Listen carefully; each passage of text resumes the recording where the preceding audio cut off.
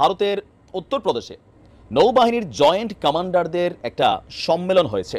সেই সম্মেলনের প্রধান আলোচনার ইস্যু ছিল বাংলাদেশ সহ দক্ষিণ এশিয়া অঞ্চলে ক্রমবর্ধমান অস্থিতিশীলের মাঝে আপনার ভারত এবং এর আশপাশের দেশগুলোর নিরাপত্তা পরিস্থিতি পর্যালোচনা করার জন্য বৈঠক ডেকেছে ভারতীয় নৌবাহিনী। এই মুহূর্তে অভিভাবক, রাজনৈতিক অভিভাবক জনাব নরেন্দ্র মোদী, তিনি হচ্ছেন যে দিদি এত তাড়াহুড়ার দরকার কি, আপনি আছেন, ভালোই তো আছেন, আমাদের একটু গুছিয়ে নিতে দিন।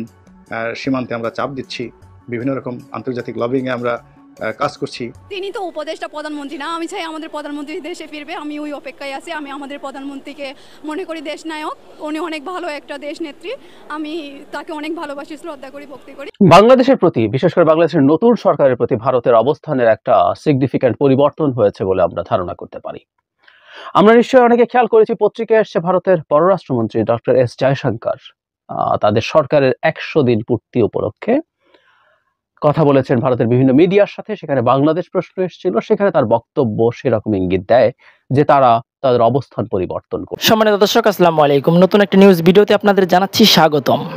শেখ হাসিনার পদত্যাগপত্র যদি দেখিয়ে ফেলে তাহলে ভারত কেন চটে যাচ্ছে, ভারত কেন শেখ হাসিনাকে এত সাপোর্ট করছে, সেই সাথে যুক্তরাষ্ট্র কিন্তু শেখ হাসিনাকে তার আসল ক্ষমতা ফিরিয়ে দিবে বলে প্রতিশ্রুতি দিয়েছে। আজকের এই ভিডিওতে আপনারা চাঞ্চল্যকর কিছু তথ্য জানতে পারবেন। সেই সাথে জানতে পারবেন জাতিসংঘ কেন শেখ হাসিনাকে এত আগলে ধরার একটি প্রতিশ্রুতি দিয়েছে। আজকের এই ভিডিওটি অনেক ইন্টারেস্টিং, অনেক গুরুত্বপূর্ণ হতে চলেছে। প্রিয় দর্শক বন্ধুরা, আজকের এই ভিডিওটি স্কিপ না করে সম্পূর্ণ দেখে যাবেন, অনেক কিছু জানতে পারবেন এবং বুঝতে পারবেন। বেশি কথা না বলে আপনাদের সরাসরি বিস্তারিত ভিডিওতে নিয়ে যাব। বিস্তারিত ভিডিওটি দেখার আগে একটা রিকোয়েস্ট থাকবে, যারা এখনো এই চ্যানেলটি সাবস্ক্রাইব করে রাখেননি, এই চ্যানেলটি সাবস্ক্রাইব করে দিবেন পরবর্তী ভিডিও সবার আগে পাওয়ার জন্য। প্রিয় দর্শক বন্ধুরা, চলুন তাহলে এই ভিডিওতে একটি লাইক দিয়ে বিস্তারিত ভিডিওগুলো মোবাইলের স্ক্রিন থেকে একের পর এক ধারাবাহিকভাবে দেখে আসি। 16 বছর অনেকটা শান্তিতে ছিল ভারত। নিরাপত্তা ইস্যুতে কোনো রকম প্রশ্নই ছিল না। ইভেন সীমান্তে ভারতের মন মতো গত 16 বছরে হাজার খানেকের মতন মানুষ মারিয়া ফেলছে। আমাদের কিছু অথর্ব মন্ত্রী সেগুলোকে নিজেদের ঘাড়ে দোষ চাপিয়ে নিয়েছেন, কারণ ভারতকে খুশি রাখতে হবে। তো ভারতকে খুশি রাখতে রাখতে একসময় নিজেদের যে অস্তিত্ব বিলীন হয়ে গেছে সেটা ফিল করেন নাই। আর এজ এ রেজাল্ট 5ই আগস্টের পতন। এই পতনের পর ভারতের জন্য সবচেয়ে বড় হেডেক হচ্ছে বাংলাদেশে কি ঘটতে যাচ্ছে, রাষ্ট্র ক্ষমতায় কারা আসতে যাচ্ছে। এ নিয়ে ডক্টর ইউনূসের সাথেও বৈঠকে বসতে চাচ্ছেন না শেখ হাসিনা ইস্যুতে ভারত।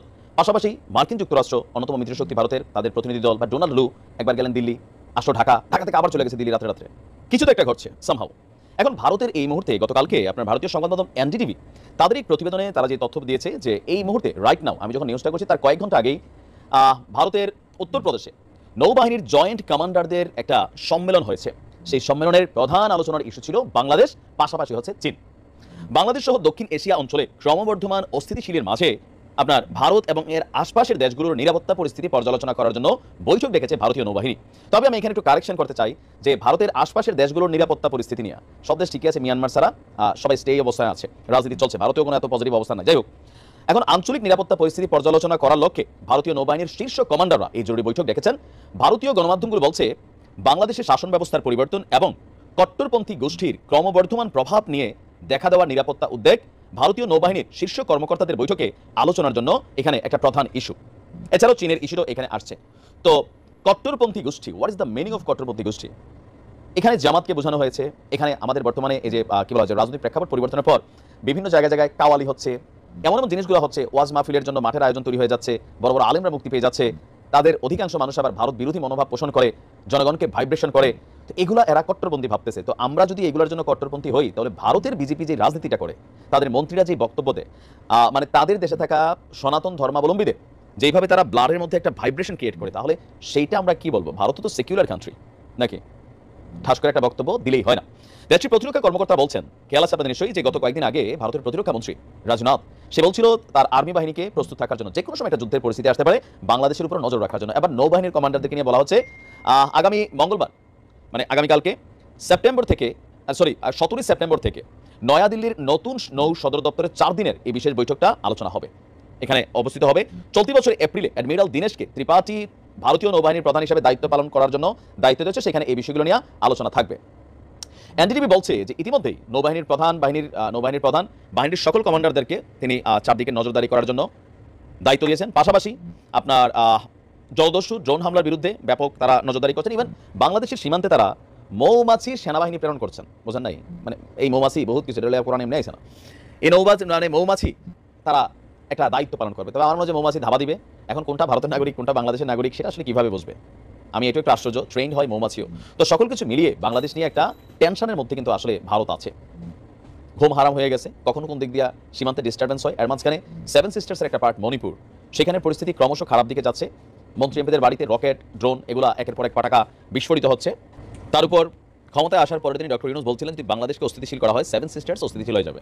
এরপরে কাকতালীয়ভাবে মণিপুরে ঘটনা ঘটছে, এর আগে নানান ঘটনা ঘটছে। তো সবকিছু মিলিয়ে ভারতের কিন্তু ঘুম হারাম, নানান গোয়েন্দা তৎপরতা চালাচ্ছে, নজরদারি বাড়াচ্ছে। বাংলাদেশে কি করছে? তো আমরা এটা বলি, বাংলাদেশের সাধারণ জনগণ, আমরা যারা মুসলিমরা আছি, আমরা কখনো এইসব জিনিসে বিশ্বাসী না, সন্ত্রাসীবাদে বিশ্বাসী না, অপ্রয়োজনে কারোর সাথে লাগালাগি বিশ্বাসী না, প্রতিবেশী রাষ্ট্রে সেখানে অস্থিতিশীল পরিবেশ তৈরি করবো, এগুলো আমাদের সেন্সের মধ্যে কখনো নাই। এগুলো নিয়ে আসলে ভারতের মানুষকে একটা রিউমার দেওয়া হচ্ছে, গুজব ছড়ানো হচ্ছে, বাইরে কিছুই না। এই মুহূর্তে অভিভাবক, রাজনৈতিক অভিভাবক জনাব নরেন্দ্র মোদী, তিনি তাকে মূলত বড় বোন হিসেবেই সম্বোধন করেন, দিদি দিদি করে তাকে সম্বোধন করেন। তিনি হয়তো বলছেন যে দিদি এত তাড়াহুড়ার দরকার কি, আপনি আছেন, ভালোই তো আছেন, আমাদের একটু গুছিয়ে নিতে দিন, সীমান্তে আমরা চাপ দিচ্ছি, বিভিন্ন রকম আন্তর্জাতিক লবিংয়ে আমরা কাজ করছি। আপনার বাবাও তো 9 মাস পাকিস্তানের কারাগারে ছিল, আপনি 9 মাস নয় থাকেন না, 9 মাস তো কোনো সমস্যা না, আপনার মাশাআল্লাহ শরীরও ভালো আছে, নিরোগ দেহ, আপনার তো কোনো সমস্যা হচ্ছে না, কাজেই অপেক্ষা করেন, দেখি আমরা কি করতে পারি। সেই রীতিমতো চ্যালেঞ্জ জানিয়ে 111-এর সময় ইংল্যান্ড থেকে ঢাকাতে এসেছিলেন এবং তিনি গ্রেপ্তার বরণ করেছেন, কিন্তু কোনো অবস্থাতেই দেশ ছেড়ে যে তিনি বাইরে গিয়েছিলেন সেই বাইরে তিনি থাকেননি। তারপর এখন দেখেন যে অবস্থাতে সেই 111-এর আগের 111-এর পরের ঘটনায় ঘটেছে, তিনি পালিয়ে গেছেন, হেলিকপ্টার করে চলে গেছেন, যেটা শুনতে পাচ্ছি যে তিনি যেতে চাননি। তারপরে যেটা শুনতে পাচ্ছি যে জেনারেল ওয়াকার যখন ক্যান্টনমেন্টে সেই রাজনীতিবিদদের সাথে বৈঠক করছিলেন, তখন কিন্তু তিনি যখন চলে যান, তখন তার কাছে খবর ছিল না যে শেখ হাসিনা চলে যাচ্ছেন। তো বোঝার চেষ্টা করেন যে there is a huge gap, অর্থাৎ জেনারেল ওয়াকার যে বৈঠক করছিলেন রাজনীতিবিদদের সঙ্গে, তখন শেখ হাসিনাকে রেখে সেনাপ্রধান কি করতে পারেন এই বিষয় নিয়ে এক ধরনের আলোচনা হতে পারে, অথবা আরও অনেক কিছু হতে পারে, হোয়াট এভার মেবি। কিন্তু যেটা আমরা জানতে পেরেছি যে শেখ হাসিনা চলে গিয়েছেন, এই জিনিসটি সেনাপ্রধান সঙ্গে সঙ্গে জানতে পারেননি। আমরা এটা ফ্যান্টাসি করি যে ধরুন শেখ হাসিনার চরিত্র, সেই চরিত্র যে তিনি বাংলাদেশে আসতে চাচ্ছেন এবং মরবো, যা থাকে ভাগ্যে, আমি আসবোই, আমি এসে এয়ারপোর্টে বসে থাকবো। এয়ারপোর্টে এসে যদি আমি বসে থাকি, যদি লক্ষ লক্ষ জনতা আমাকে আক্রমণ করার জন্য এয়ারপোর্টে উপস্থিত হয় এবং আমাকে মেরে ফেলুক, তবু আমি যাবো। অথবা তিনি উল্টো চিন্তাও করতে পারেন যে ঠিক আছে, আমি এয়ারপোর্টে যাবো, যখন আমি এয়ারপোর্টে যাবো, আওয়ামী লীগের তো লক্ষ লক্ষ নেতাকর্মী আছে, তারা যদি বের হয়ে আসে এবং আওয়ামী লীগের নেতাকর্মী যদি রাস্তায় বের হয়ে আসে, তাহলে এই 1 মাসে দেখা যাচ্ছে যে পরিবেশ এবং পরিস্থিতির সৃষ্টি হয়েছে, সেক্ষেত্রে তাকে আইনি প্রোটেকশন দেওয়া, নিরাপত্তা দেওয়া, এটি রাষ্ট্রীয় বাহিনীগুলোর জন্য, রাষ্ট্রের অস্তিত্বের জন্য, এমনকি ডক্টর ইউনূসের জন্য গুরুত্বপূর্ণ হয়ে পড়বে। এবং তিনি কোনো মতে যদি এয়ারপোর্ট থেকে বের হয়ে জেলখানাতেও যান, সরকারের জিম্মাতে যান, তাহলেও তার রাজনীতি এবং তার দলের রাজনীতি এটি এস্টাবলিশড হয়ে যাবে। এবং এটি এই মুহূর্তে যে ব্যাক ফুটেজ আছে বা তাকে যে ধরনের গালাগাল দেওয়া হচ্ছে যে তিনি মহিলা, বাংলাদেশ থেকে পালিয়ে গেছেন, সেই জিনিসগুলো মুহূর্তের মধ্যে রিভার্স হয়ে যাবে। কাজে এগুলো চিন্তা ভাবনা করে তিনি পাগলামো করছেন যে তিনি বাংলাদেশে আসবেন। আর তার যে এই মুহূর্তে অভিভাবক, রাজনৈতিক অভিভাবক জনাব নরেন্দ্র মোদী, তিনি তাকে মূলত বড় বোন হিসেবেই সম্বোধন করেন, দিদি দিদি করে তাকে সম্বোধন করেন। তিনি হয়তো বলছেন যে দিদি এত তাড়াহুড়ার দরকার কি, আপনি আছেন, ভালোই তো আছেন, আমাদের একটু গুছিয়ে নিতে দিন, সীমান্তে আমরা চাপ দিচ্ছি, বিভিন্ন রকম আন্তর্জাতিক লবিংয়ে আমরা কাজ করছি। আপনার বাবাও তো 9 মাস পাকিস্তানের কারাগারে ছিল, আপনি 9 মাস নয় থাকেন না, 9 মাস তো কোনো সমস্যা না, আপনার মাশাআল্লাহ শরীরও ভালো আছে, নিরোগ দেহ, তিনি তো আপনার কোনো উপদেষ্টা সমস্যা হচ্ছে প্রধানমন্ত্রী না। না, আমি চাই কাজেই আমাদের অপেক্ষা করেন, প্রধানমন্ত্রী দেখি দেশে আমরা কি ফিরবে। করতে আমি পারি। ওই অপেক্ষায় আছি, আমি আমাদের প্রধানমন্ত্রীকে মনে করি দেশ নায়ক, উনি অনেক ভালো একটা দেশ নেত্রী, আমি তাকে অনেক ভালোবাসি, শ্রদ্ধা করি, ভক্তি করি।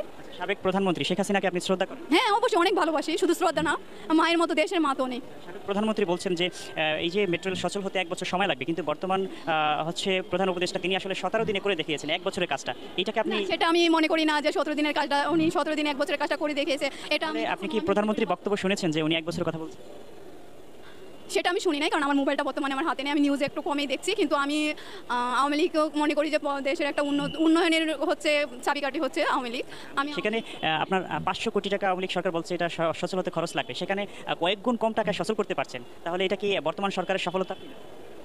সেই কোটি টাকা বিষয়ে আমি কিছু বলতে পারি না, কারণ আমি যেহেতু এই কোটি টাকা বিষয়ে আমি জানি না। তাহলে আপনি আসলে আপনি নাগরিক হিসেবে তো বলতে হবে যে যে ভালো কাজ করে, ভালোটাকে তো আপনার ভালো হিসেবে দেখুন। হ্যাঁ, প্রধানমন্ত্রী ভালো কাজ করে, অবশ্যই ভালো কাজ করে, ওটা তো মানুষের মিথ্যা তথ্য দিতে পারে, আমি তো নিজে চোখে দেখি নাই। ঠিক আছে, আপনার নাম কোথা থেকে? মাফরোজা, আমি বর্তমানে গাজীপুরে থাকি। জব নিয়ে সমস্যা, জব খোঁজা, যে মানে যে জবটা নিয়ে সমস্যা, আমি জবের জন্য জজ করে গেলাম। এখন আপনার সাবেক প্রধানমন্ত্রী কি আপনার একটা জব ব্যবস্থা করে দেয়নি? সাবেক প্রধানমন্ত্রী দিতে চেয়েছিল, এর জন্য আমি যেদিন ওনার যে স্বরাষ্ট্রমন্ত্রী সাহেব স্যার, ওনার যে আমাদের যে নেতা আছে আওয়ামী লীগের, হচ্ছে যুবলীগের নেতা, উনি আমাকে কিন্তু অবশ্যই সহযোগিতা করেছে, আমিও কৃতজ্ঞ। সহযোগিতা করার পরও জব পান না? জব পাই নাই বলতে গেলে ষড়যন্ত্র, আমার এটা প্রাইভেট জব, এটা তো আর আমার সরকারি জব না, বুঝেন না, এখানে এটা ষড়যন্ত্র হয়েছে, ম্যানেজারের সঙ্গে আমার সমস্যা হয়েছিল। আর পুলিশ স্যাররা অবশ্যই আমার বিষয়টা দেখেছে, আর যেই স্যার দেখেছিল আমাকে বলছে রেখে দেবে, আর আজকে দেওয়ার কথা ছিল আমাকে, আজকে বাংলাদেশের প্রতি, বিশেষ করে বাংলাদেশের নতুন সরকারের প্রতি ভারতের অবস্থানের একটা সিগনিফিক্যান্ট পরিবর্তন হয়েছে বলে আমরা ধারণা করতে পারি। আমরা নিশ্চয়ই অনেকে খেয়াল করেছি, পত্রিকায় এসেছে ভারতের পররাষ্ট্রমন্ত্রী ডক্টর এস জয়শঙ্কর তাদের সরকারের 100 দিন পূর্তি উপলক্ষে কথা বলেছেন ভারতের বিভিন্ন মিডিয়ার সাথে। সেখানে বাংলাদেশ প্রশ্ন এসেছিল, সেখানে তার বক্তব্য সেরকম ইঙ্গিত দেয় যে তারা তাদের অবস্থান পরিবর্তন করছেন। তারা অবস্থান পরিবর্তন করছেন কিনা সেটা আগে বুঝতে চাই, এবং কেন তারা এই অবস্থান পরিবর্তন করছেন, এই পরিবর্তনটাকে আমরা কিভাবে দেখবো সেটা নিয়ে কথা বলবো।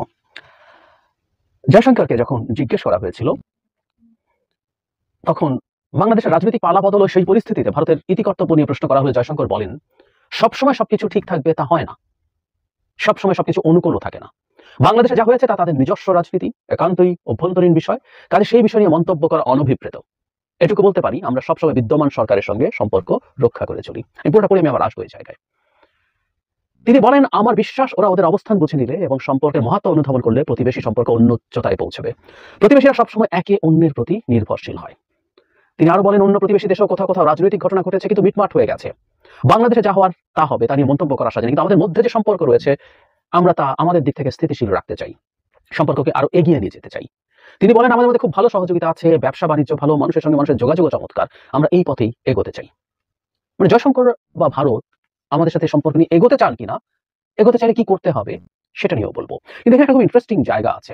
উনি স্বীকার করছেন ক্ষমতার পালাবদল নিয়ে সবসময় সবকিছু তাদের অনুকূলে থাকে না, সবকিছু ঠিকঠাক থাকবে না তা হয় না। তার মানে বাংলাদেশে যা ঘটেছে, হি অ্যাগ্রিড যে এটা তাদের অনুকূলে না, তারা এটা চায়নি। ইয়েস উই নো, তারা চেয়েছিল শেখ হাসিনা অনন্তকাল ক্ষমতায় থাকুক, যেন ভারত জীবনে কিছু করতে পারে।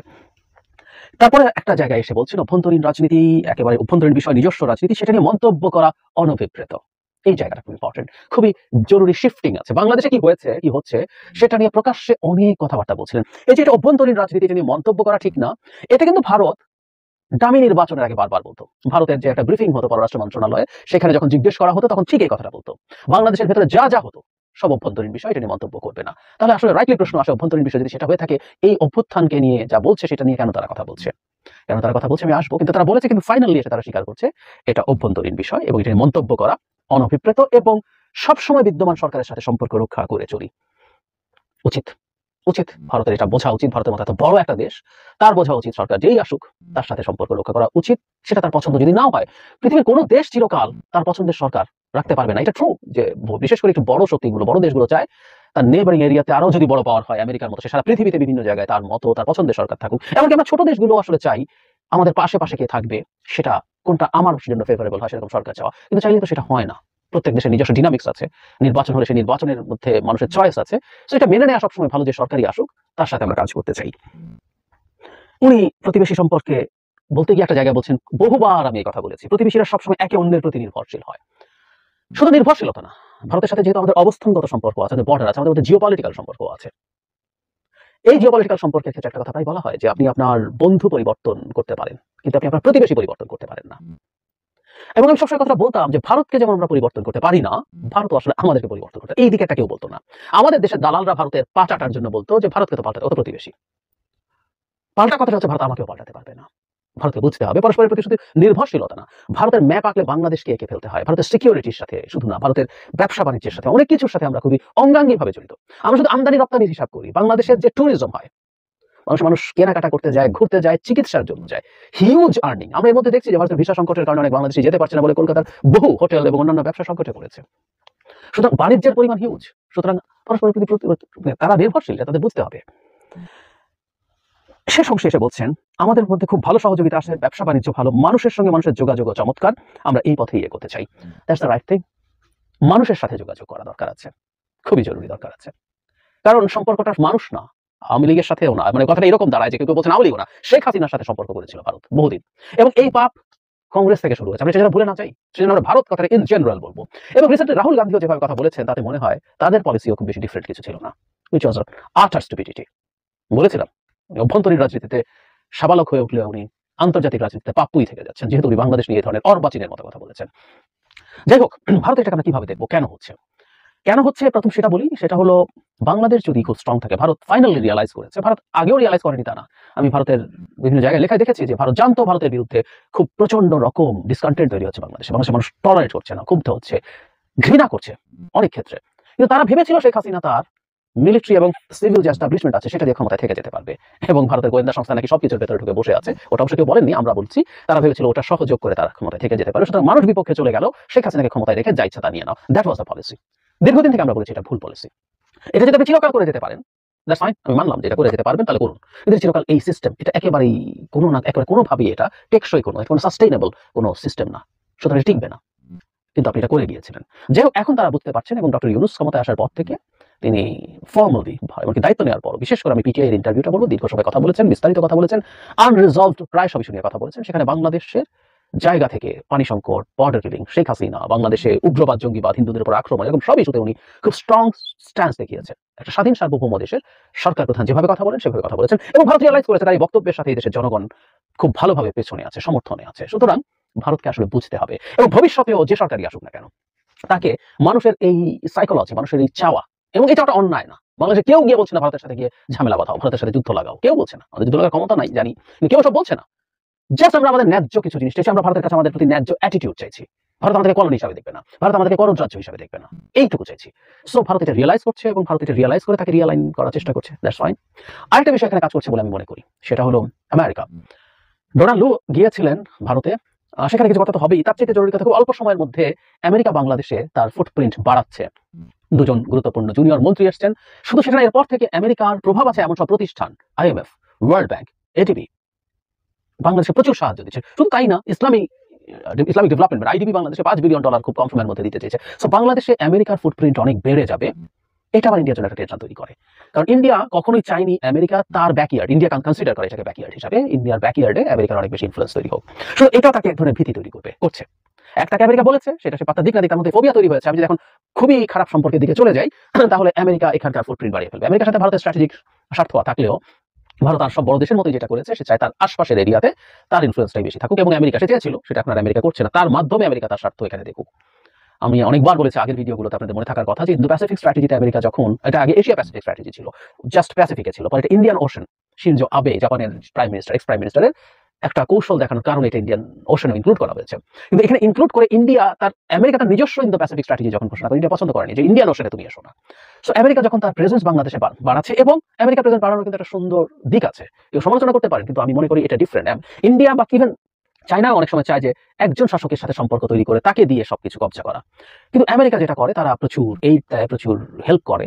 যেমন আমাদের এখন ইকোনমিক ক্রাইসিস আছে, আমাদের ডলার ক্রাইসিস আছে, আমাদের যদি এখন ডলার প্রচুর দেওয়া হয়, এর চেয়ে বড় কোনো হেল্প হতে পারে না। আমেরিকা কিন্তু তার জায়গা থেকে সেটা চেষ্টা করছে, সে আমাদের রিফর্ম নিয়ে সাহায্য করতে চাইছে, সে আমাদের মানি লন্ডারিং, যেটা নিয়ে আমরা বহুদিন কথা বলেছি, বিলিয়নস অফ ডলার্স বিভিন্ন দেশে পাচার হয়ে গেছে, সেই পাচারের ক্ষেত্রে তারা সাহায্য করবে। সেগুলো আমাদের জনগণেরও চাওয়া।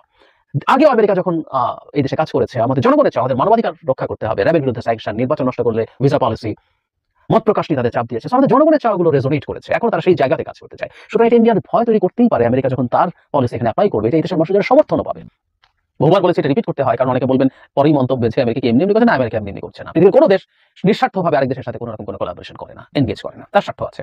কিন্তু ওর স্বার্থ ওটা এখন আমার স্বার্থের সাথে ম্যাচ করছে কিনা সেটা দেখা, আমি তাকে দিয়ে বেনিফিটেড হচ্ছে কিনা, এটা উইন উইন সিচুয়েশন হচ্ছে কিনা, এগুলো গুরুত্বপূর্ণ প্রশ্ন। সুতরাং সার্বিক পরিস্থিতিতে ভারত রিয়েলাইজ করছে বাংলাদেশের সাথে সম্পর্ক রক্ষা না করলে মানুষ আরো বেশি তার প্রতি ঘৃণ্য অ্যাটিটিউড পেয়ে গেলে, ক্ষুব্ধ হয়ে গেলে তার ব্যবসা বাণিজ্যের ক্ষতি হবে। সরকারের সাথে তার যোগাযোগ না থাকলে এখানে আমেরিকা তার ফুটপ্রিন্ট অনেক বাড়াবে, ভবিষ্যতে সে একেবারেই বাইরে চলে যেতে পারে। এবং শুধু তাই না, চায়না এখানে তার ফুটপ্রিন্ট বাড়ানোর চেষ্টা করছে, শেখ হাসিনার সাথেও ছিল। এখন চায়না বিশেষ করে ভারতকে যারা ভারত যাদেরকে পছন্দ করে না, অ্যাপারেন্টলি আমরা মনে করি বিএনপি, জামায়াত, চায়না তাদের সাথে সম্পর্ক তৈরি করার চেষ্টা করছে। সুতরাং ভারত এই জায়গা থেকে সরে এসে এখন এখানে ঢুকতে চায়, এবং আমি ব্যক্তিগতভাবে মনে করি ভারত বিএনপি, জামায়াত সবার সাথেও তার এনগেজমেন্ট বাড়াতে চাইবে, জনগণের সাথে বাড়াতে চাইবে। আসলে এটা ছাড়া ভারতের কোনো উপায় নেই। তাহলে ভারত এতদিন প্রশ্ন আসবেই যে ভারত এতদিন কিভাবে, তাহলে বা কেন এইভাবে কথা বলেছিল। আমি বহুবার বলছি ডোমেস্টিক অডিয়েন্সের জন্য কথা বলেছে। বাংলাদেশ ডিফিটেড হয়েছে, বিভৎসভাবে পরাজিত হয়েছে, সে মনে করেছিল এভরিথিং ইজ আন্ডার কন্ট্রোল। কিন্তু শেখ হাসিনার পতন মানে একই সাথে ভারতের ইকুয়াল পতন, বা আরেকটু বেশিও, কারণ ভারতের ইগো আছে, ভারত বিরাট দেশ, বিরাট হ্যাডাম আছে মনে করে সে। ফলে সে একটু শোরগোল করেছে, হাউকাউ করেছে, এটা তার করতে হয়, না হয় তার জন্য সহজ না হয়তো। এবং বিশেষ করে হিন্দু, যেটা বহুবার বলেছে, হিন্দু কার্ড সে রাষ্ট্রীয় পর্যায়ে থেকে গেছে। জনাব মোদীর মতো মানুষ রিপিটেডলি টুইট করেছেন, ডক্টর ইউনূসের সাথে কথা বলে টুইট করেছেন, অভিনন্দন জানিয়ে কথা টুইট করেছেন, এমনকি বাইডেনের সাথে কথিত ফোন আলাপ হয়েছে, কিন্তু হিন্দু নিয়ে আলাপ হয়েছে বলে আমেরিকা বলেনি, তারা বলছে, কিন্তু সেখানেও কিন্তু। সো তার ডোমেস্টিক অডিয়েন্স এবং ডোমেস্টিক রাজনীতির জন্য তাকে কিছুদিন শোরগোল হাউকাউ করতে হয়েছে। এটা থিতি এসছে বলে আমি মনে করি, থিতি আসা উচিত হবে, এবং দুই দেশ একটা ওয়ার্কিং রিলেশনশিপের মধ্যে দিয়ে যাওয়া দরকার। আমি বহুবার বলেছি, ভারতের প্রতি বিদ্বেষ, ক্ষোভ, ঘৃণা, বা ভারতের বাংলাদেশের প্রতি বিদ্বেষ, ক্ষোভ, ঘৃণায় কেউ লাভবান হবে না। ভারত যত দ্রুত এটা বোঝে এবং যত দ্রুত অ্যালাইনমেন্ট করে, এটা দুপক্ষের জন্যই ভালো। এবং জয়শঙ্করের যে সর্বশেষ বক্তব্য, তাতে মনে হয় তারা বাংলাদেশের সাথে সম্পর্ক রিয়ালাইন করার চেষ্টা করছে। তবে ভারতকে নিয়ে আমাদের সতর্ক থাকতে হবে। ভারত একটা গণতান্ত্রিক বাংলাদেশ যে তার মাথা উঁচু করে দাঁড়াচ্ছে, সেটা খুব বেশি পছন্দ করবে না। ভেতরে ভেতরে তার এক ধরনের ষড়যন্ত্র চলার সম্ভাবনা যথেষ্ট। প্রিয় দেশবাসী, শুরু থেকে শেষ পর্যন্ত যারা এই ভিডিওটি দেখেছেন সকলকে জানাই অসংখ্য ধন্যবাদ। যারা এরকম নিউজ ভিডিওতে পেতে পছন্দ করেন তারা অবশ্যই এই চ্যানেলটি সাবস্ক্রাইব করে পাশে থাকা বেল আইকনটি বাজিয়ে দিবেন। যারা এখন এই ভিডিওটি শেয়ার করেননি এই ভিডিওটি দ্রুত শেয়ার করে সকলকে দেখার সুযোগ করে দিন। আজকের মতন এই পর্যন্ত দেখা হচ্ছে পরবর্তী কোনো ভিডিও নিয়ে ইনশাল্লাহ।